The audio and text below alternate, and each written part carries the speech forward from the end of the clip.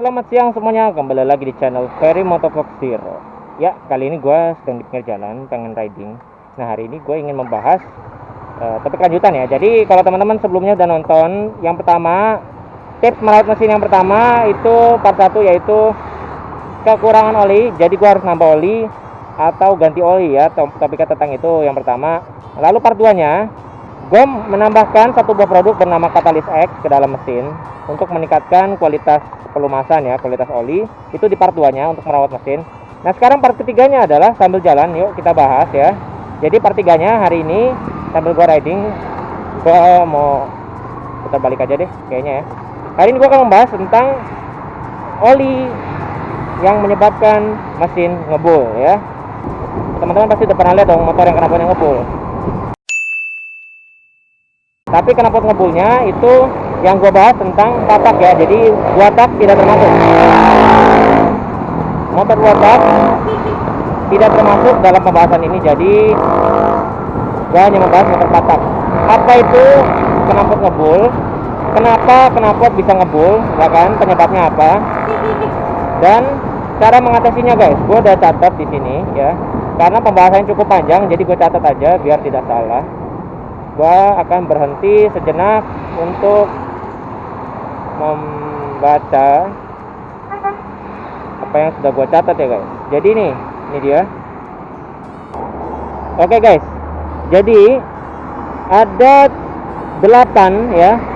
8 penyebab kenapa knalpot bisa ngebul ya. Jadi pertama gue jelasin definisinya dulu deh. Knalpot ngebul adalah knalpot yang mengeluarkan asap putih ya, atau asap hitam, tapi kebanyakan putih ya. Jadi disebabkan oleh 8 hal yang bisa berbahaya kalau didiemin guys. Jadi ya hanya seperti itu definisinya. Intinya knalpot yang mengeluarkan asap hitam atau asap putih yang bisa menyebabkan suatu hal yang berbahaya kalau kalian diemin. Nah, sekarang gue bahas satu-satu ya penyebabnya dari 8 poin tadi. Yang pertama, ring piston aus. Jika terjadi kerusakan seperti ini, selain mengakibatkan knalpot motor keluar asap putih, juga dapat berkurangnya tenaga mesin atau mesin tidak mau menyala pada siang hari. Jadi ciri-cirinya ya dan akibatnya kalau misalnya knalpot ngebul ya. Yang pertama ya, itu ring piston aus ya. Kalau ada kerusakan ring piston aus, biasanya motor nggak mau hidup nih. Ini nih ciri-cirinya guys ya. Terus apa kalau knalpot udah ngebul ya, disebabkan karena ring piston aus, akhirnya oli pelumas dari mesin itu tersebut masuk ke ruang pembakaran, kebakar, alhasil masuk ke intake semua, jadi mesinnya ngebul ya, kebakar olinya guys, jadi ngebul. Nah, cara mengatasinya gimana? Poin pertama tadi, cara mengatasi permasalahan ini adalah kalian harus mengganti ring piston tersebut. Jadi kalian harus bongkar mesinnya, lalu dicopot ring pistonnya ya, lalu diganti. Lalu yang nomor 2 adalah silindernya guys. Akibatnya apaan kalau silindernya aus ya, silinder mesin aus? Bukan hanya knalpot ngebul, jadi akibatnya yang utama adalah mesin susah nyala pas mesin kalian dingin. Jadi kalau pagi-pagi nih, gua standar samping dulu ya biar lebih gampang. Jadi kalau pagi-pagi teman-teman pengen nyalain motor dan kok susah hidup gitu, udah di kickstarter, udah di engkol, udah di starter ya, pakai electric starter, tapi susah hidup guys. Penyebabnya mungkin salah satunya adalah silinder mesin aus ya, yang ditandai dengan knalpot ngebul ya. Cara mengatasinya adalah kalian perlu melakukan bubut ulang silinder. Jadi bubut itu kayak dikikis guys. Jadi boring atau blok mesinnya itu harus dikikis sedikit ya, supaya presisi bagus, lalu supaya lebih optimal ya. Yang dibubut itu liner silindernya ya guys ya. Lalu yang ketiga, ada seal katup atau klepnya bocor ya. Di sini adalah akibat dari kerusakan seal katup adalah oli bisa masuk dengan mudah pada manifold serta masuk ke dalam mesin guys. Jadi ini sama kayak poin pertama ya.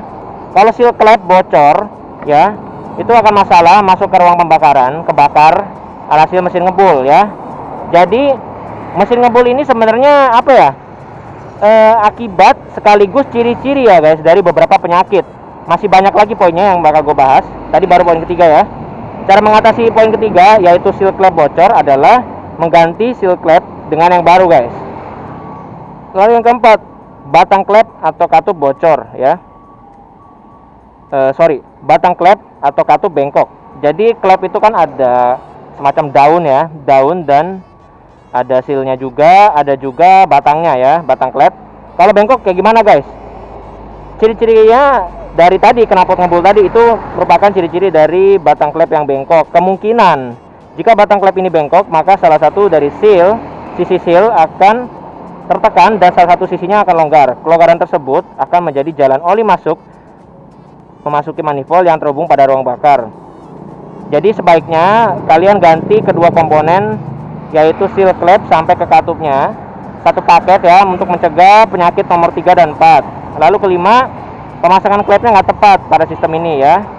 Walaupun sama-sama klep intake, namun posisi dari kedua katup tidak boleh tertukar. Jadi nggak boleh kebalik guys.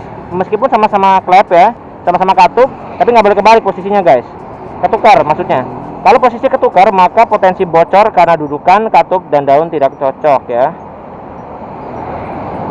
Jadi mesti disetting ulang dan dicek presisi, jangan sampai kebalik guys. Lalu nomor 6, knalpot.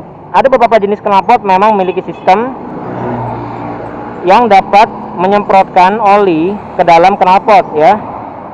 Alhasil dari oli yang disemprotkan ke dalam gas sisa pembakaran akan terbakar dikarenakan suhu gas exhaust yang cukup tinggi sehingga knalpot akan mengeluarkan asap putih. Jadi nomor 6 ini gue belum tahu ya knalpot apa yang bisa menyemprotkan oli ya. Sistem knalpot ya. Jadi ada sistem knalpot yang menyemprotkan oli, gue belum pernah lihat. Tapi nanti kalau gue ketemu, mungkin di rumah pas editing gue akan tambahkan di sela-sela poin ke-6 dan 7 ya kalau ketemu guys. Jadi kalau nomor 6 ini solusinya ya kita ganti aja knalpotnya. Lalu nomor 7, oli mesin terlalu encer guys. Jadi kalau teman-teman punya motor, contohnya gue ini Yamaha Bison 2013, oli yang biasa gue gunakan yaitu 15W40 SAE-nya ya, standarnya. Di sini ada singkatannya dan tiap motor SAE-nya beda-beda. Jadi bukan hanya patokan cc atau merek, tapi tipe yang juga masing-masing berbeda guys SAE-nya. Jadi kalau kalian punya motor, dicek dulu SAE-nya berapa, standarnya berapa, baru kalian ganti dengan oli tersebut. Oli yang semakin encer, contoh gue bandingin ya. Bison gue pakai 15W40. Kalau yang semakin encer itu berapa guys? Jadi kalau yang semakin encer itu misalnya 10W40. Kalau mau lebih encer lagi 5W40. Nah, semakin kecil angkanya semakin encer guys. Jadi seperti itu yang gue tahu. Jadi dicek dulu SAE-nya sebelum ganti oli atau nambahin oli.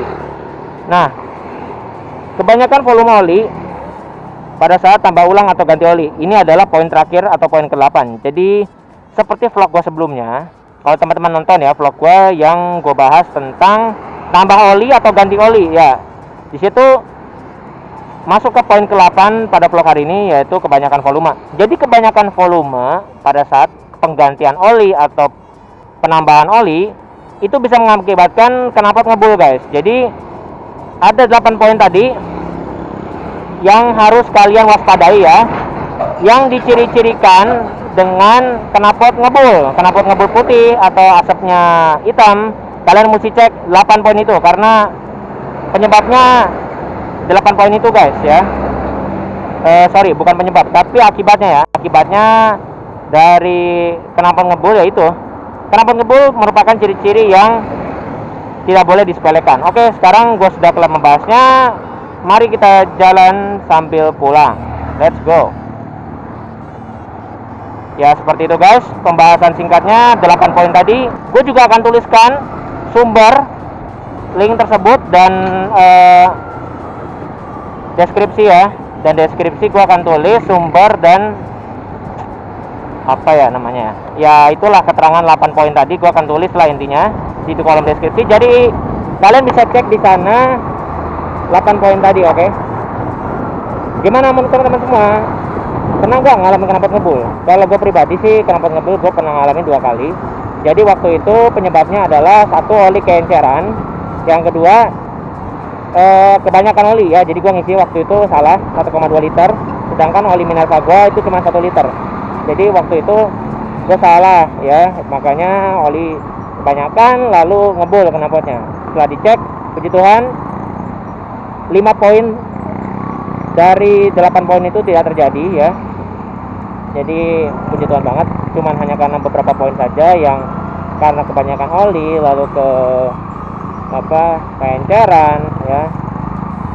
Lalu juga knalpot gua itu ada kerak-keraknya ya.